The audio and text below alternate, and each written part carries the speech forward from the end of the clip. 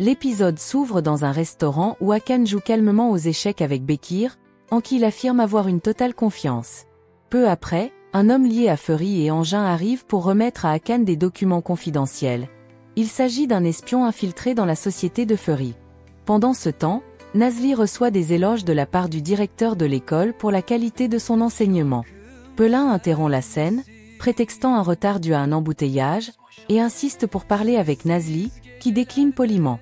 Au restaurant, Fato confie à Manami que Tariq semble amoureux d'une autre femme. Bien que peiné, Manami reste résolu à se battre pour lui.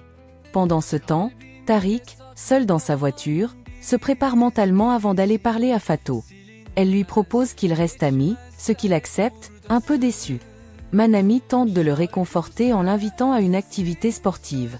Nazli décide ensuite d'affronter Pelin en lui avouant qu'elle connaît ses véritables intentions.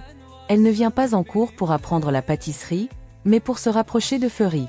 Elle précise qu'elle est au courant de leur passé amoureux. Pelin répond calmement, disant vouloir simplement redevenir amie avec Fury. Nazli, méfiante mais stratégique, invite Pelin à dîner chez elle pour la tester. Fato, choquée, tente de l'en dissuader, mais Nazli insiste. Elle ne dit rien à Fury pour garder l'effet de surprise. Le soir venu, Pelin arrive chez Fury. Elle fait des remarques sur Bulu, qu'elle a connu enfant, et critique deux mecs qu'elle prétend ne pas aimer. Elle interroge aussi Nazli sur sa relation avec Denise. Fury, étonné par sa présence, garde ses distances. Pendant ce dîner, Demey est en pleurs dans sa chambre.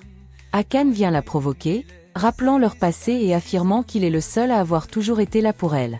Il finit par avouer le meurtre de Demir et Zeynep, et déclare avoir engagé quelqu'un pour saboter les freins de la voiture. Il ignore que Demey l'enregistre en secret.